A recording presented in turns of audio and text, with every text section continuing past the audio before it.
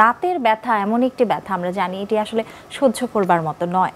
তো সেক্ষেত্রে অনেক সময় কিন্তু পেইন কিলার ব্যবহার করতে হয়। তো এক্ষেত্রে একজন গর্ভাবস্থায় যিনি আছেন তার ক্ষেত্রে কি আমরা সব ধরনের ঔষধ ব্যবহার করতে পারবো কিনা বা কোনগুলো সুইটেবল বলে আপনি মনে করেন? আমরা সব বেশি প্রেফার করি নাপাটা দেয়া। নাপাটা সেফ থাকে, প্রেগনেন্সিতে সেফ। এটা দিয়েই নর্মালি আমরা পেইনটাকে রিলিফ করার ট্রাই করি।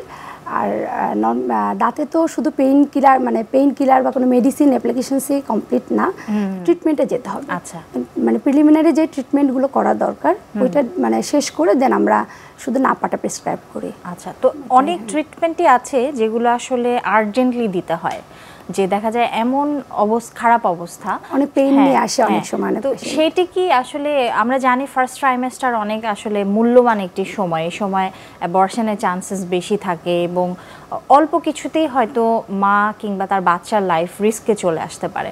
তো সেক্ষেত্রে কোন সময়টা সুইটেবল বলে আপনি মনে করেন এবং আপনারা কোন সময় রোগীদেরকে আপনাদের কাছে আসতে বলেন? আমরা ফার্স্ট ট্রাইমেস্টারটা অ্যাভয়েড করি ডেন্টাল ট্রিটমেন্টের, যে কোনো ধরনের ট্রিটমেন্টের জন্য।